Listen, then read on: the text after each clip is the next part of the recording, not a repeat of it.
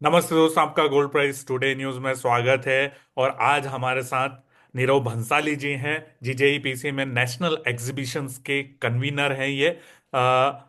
नीरव जी से हम लोग सोने चांदी के भाव, आईआईजेएस जो आयोजित होने वाला है, दुनिया का दूसरा सबसे बड़ा एग्जीबिशन और भारत का सबसे बड़ा एग्जीबिशन, और हो सकता है इस साल दुनिया का पहला सबसे बड़ा एग्जीबिशन बन जाए, उसके बारे में बातचीत करेंगे नीरव जी से। नीरव जी, आपका स्वागत है। Thank you Virendra ji, thank you very much. जी जी। नीरव जी, सबसे पहले भाव की बात करते हैं। 2024 में सोने और चांदी दोनों ने धमाल मचाया, 25% से ज्यादा का रिटर्न। आपका क्या असेसमेंट रहा? ये सोने और चांदी के भाव ने बहुत ही बढ़त कर दी है। और इतना किसी ने भी माना नहीं था कि इतना होगा, क्योंकि पिछले साल में भी सोना काफी बढ़ा था। तो लोगों को लगा था स्टेबिलिटी आएगी, बट ग्लोबल जो फैक्टर्स चल रहे हैं, दो बाजू वॉर चल रही है, अमेरिका के इंटरेस्ट रेट्स क्राइसिस, वो सबको देखते हुए I think gold central bank ने भी काफी खरीदा। तो इससे सोने के भाव चांदी के भाव में काफी उछाल आया है। बट ये फिलहाल थोड़ा स्थिर हुआ ऐसा लग रहा है।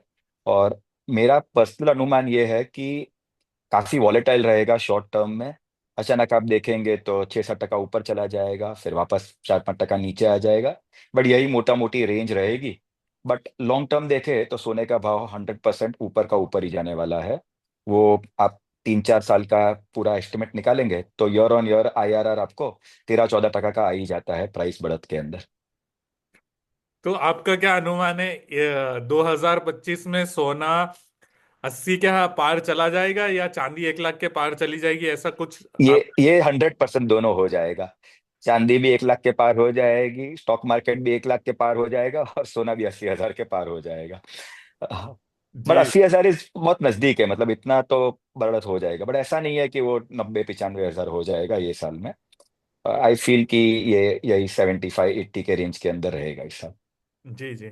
और थोड़ा सा हम लोग बात करें सर, इंडस्ट्री जो है, जेम्स एंड ज्वेलरी इंडस्ट्री में, वहां पर आप जो है दुनिया का जो दूसरा सबसे बड़ा एग्जीबिशन आयोजित करने जा रहे हैं, आईआईजेएस। इसके बारे में थोड़ा बताइए, क्या कुछ प्लानिंग है और क्या सब मामला सेट हो चुका है वहां पर अब?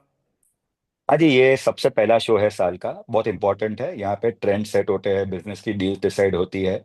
टॉप विजिटर्स, हर एक बड़ी कंपनी यहाँ पे आती है विजिट करने के लिए। और सब मैन्युफैक्चरर्स अपना नए साल का जो भी उनका प्लानिंग है, नए प्रोडक्ट्स है, नए कलेक्शन है, नई ब्रांड लॉन्चेस है, वो सब यहाँ पे दिखाते हैं। रिस्पॉन्स बहुत अच्छा है। इस टाइम का सिग्नेचर शो अब तक का सबसे बड़ा सिग्नेचर होने वाला है। तकरीबन 4,000 बूथ के नज़दीक हम लोग पहुंच जाएंगे। और यही आईएजीएस प्रीमियर भी इतना ही था, तो ऑलमोस्ट सिग्नेचर प्रीमियर के बराबरी में आ गया है, 5 टके का फर्क है। इन टर्म्स ऑफ विजिटर्स भी हमारा रिकॉर्ड रजिस्ट्रेशन इस साल होने वाला है। गए साल हमारे 23,000 लोग आए थे। इस साल हमारा अनुमान है 26,000 का आंकड़ा हम लोग पार कर लेंगे। इंटरनेशनल विजिटर्स भी काफी संख्या में रजिस्टर हुए हैं। 10 से 12 डेलीगेशंस प्लान हुए हैं। तकरीबन 2,000 के करीब इंटरनेशनल विजिटर्स आएंगे। ओवरऑल इंडस्ट्री के बारे में देखें तो इंडियन इंडस्ट्री काफी रेजिलियंट रही है। लास्ट 2 साल में जो बाकी इंडस्ट्रीज ग्लोबल थोड़ी तकलीफ में आई, चाइना की हालत, America, European countries, diamond industry particularly देखे तो वो हिसाब से इंडियन इंडस्ट्री ने काफी अच्छा प्रदर्शन किया है। दोनों साल यहाँ पे एवरेज ग्रोथ काफी अच्छे हुए हैं। न्यू स्टोर लॉन्चेस काफी मात्रा में होते जा रहे हैं। सब चेन स्टोर्स अपनी संख्या को बहुत स्पीड से बढ़ाते जा रहे हैं। नए चेन स्टोर्स जैसे कि अपने आदित्य बिरला ग्रुप वगैरह, उन्होंने भी इसके अंदर ये इंडस्ट्री में प्रवेश किया है। ये अपने को कॉन्फिडेंस देता है कि इंडिया में आज भी ज्वेलरी के लिए बहुत स्कोप है।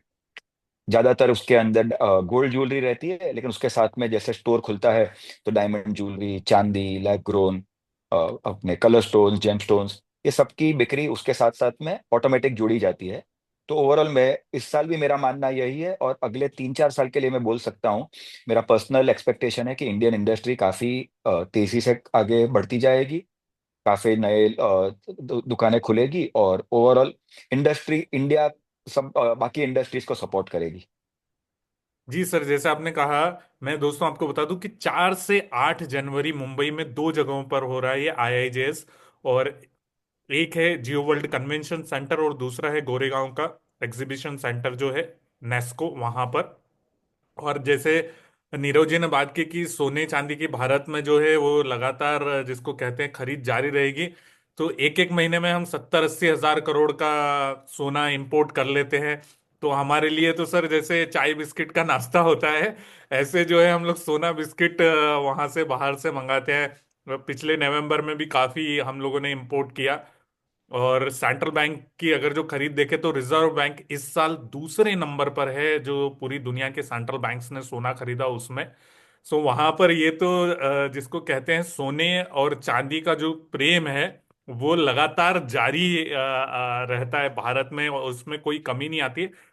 सर सिल्वर की आपने बात की तो इंडिया में अभी सिल्वर शो का बहुत आयोजन हो रहा है अलग अलग जगह पर, और नई नई कंपनियां भी आ रही है।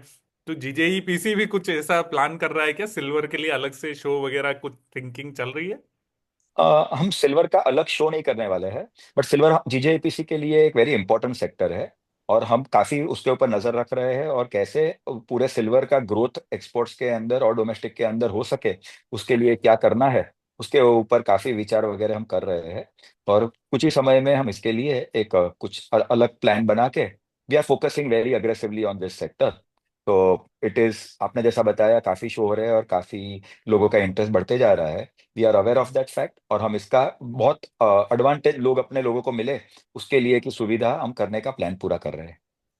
एक चीज मुझे बताइए सर, आईआईजेएस इतना बड़ा शो है, बैंगलोर में होता है, मुंबई में होता है, आप इसके पीछे पूरा आयोजन में बहुत बड़ी भूमिका निभाते हैं। तो आपके पर्सनल बिजनेस में कब टाइम दे पाते हैं, या वहाँ क्या कुछ कर रहे हैं आप, ये कैसे मैनेज करते हैं, और वहाँ पर आप कैसे अपने आप को जिसको बोलते हैं, इधर भी इतना ज़्यादा बड़ा रिस्पॉन्सिबिलिटी है कि आपको हजारों लोगों को मैनेज करना है, एग्जीबिशन, बहुत सारे लोग, तो वो कैसे सामंजस्य बिठाते हैं आप? अ, जब भी आप कोई भी काम करते हैं और उसको में आपको अगर पैशन है, मजा आता है, वो वर्क बर्डन नहीं लगता है, तो वो थोड़ा आसानी से हो जाता है। मेरे पर्सनल कंपनी में और मेरे जीजेएपीसी में बहुत ब्यूटीफुल टीम्स है हमारे पास। तो वो लोग काफी अच्छी तरह से एग्जीक्यूट कर लेते हैं। और मैं ऐसा मानता हूँ कि हमारा ये एक रिस्पॉन्सिबिलिटी है कि we should be not only focusing on our business, but we should also look at the industry, the community and the society at large. तो हमें पूरा इसके अंदर सब जगह पे अपना कंट्रीब्यूशन करना चाहिए। वी आर ब्लेस्ड कि हमारे पास इतना पैसा, बिजनेस, ये सब है, तो हमें इसका यूज करना चाहिए। So my family also since years have been very much focused into the community service industry के लिए। So even I like that, and for me IIJS इज a very passionate subject. I really want to make it the world's best show. और आपके personal business में वहां पर क्या कुछ अपडेट है, कुछ नया कर रहे हैं आप? सो हमारा बिजनेस भी थोड़ा इंडिया से ज्यादा जुड़ा हुआ है। एक्सपोर्ट्स में भी हम थोड़ा जो कर रहे हैं वो मिडिल ईस्ट और इंडियन कम्युनिटी, और वो थोड़ा हमारा फोकस एरिया है। सो बाय लकीली लास्ट 1-2 साल से ये बाकी इंडस्ट्रीज थोड़ी, बाकी बिजनेसेस एक्सपोर्ट्स के थोड़े क्वाइट रहे हैं, बट ये इंडिया और मिडिल ईस्ट वगैरह अच्छे चले हैं। तो we are very confident of the future. Next 4-5 साल डेफिनेटली बहुत बेहतरीन लग रहे हैं। तो हम हमारे बिजनेस में भी ग्रोथ करते जा रहे हैं, नए मैन्युफैक्चरिंग सेटअप्स करते जा रहे हैं, नए कस्टमर बेस, न्यूअर मार्केट्स। मेरे 2 बेटे हैं, वो अब्रॉड पढ़ के आए हैं, और उन्होंने अभी लैब ग्रोन में रिटेल शोरूम्स खोलना चालू किया है। सो हमारा फैमिली एक लैब ग्रोन के अंदर भी, with my sons looking after that, वो भी एंटर हुए हैं। So overall we are very positive and optimistic about this industry's future. At least next 8-10 साल कोई ऐसी बहुत सब इंडस्ट्रीज में तकलीफें आती है, सब इंडस्ट्रीज अच्छे चलते हैं, but the control that India has on this sector is very very big. तो we should take advantage of this, and I think this opportunity सबके लिए है। आई थिंक सब फोकस करेंगे, और बिजनेस के ऊपर प्रॉपरली प्लानिंग करके, फोकस करके, ध्यान दे के करेंगे, तो I think it's a great industry. दोस्तों यहाँ नीरव जी थोड़ा झिझक रहे हैं, पर मैं बता दूं इन्होंने इंटरव्यू से पहले भी बोला था कि पर्सनल बिजनेस पे बात नहीं करेंगे, पर फिर भी मैं आपको अपडेट दे दूं कि फायरफ्लाई करके इनके जो लैब ग्रोन डायमंड के दूसरा शोरूम पुणे में ओपन हुआ है। और जैसा इन्होंने बताया कि इनका जो बिजनेस है, इनके जो बेटे संभाल रहे हैं वो लैब ग्रोन डायमंड की ज्वेलरी पर काम कर रहे हैं, और दूसरा शोरूम इन्होंने मुंबई के बाद दूसरा पुणे में ओपन किया है। चलिए नीरव जी, बहुत अच्छा लगा आपसे बातचीत करके, बहुत बहुत धन्यवाद, थैंक यू सो मच।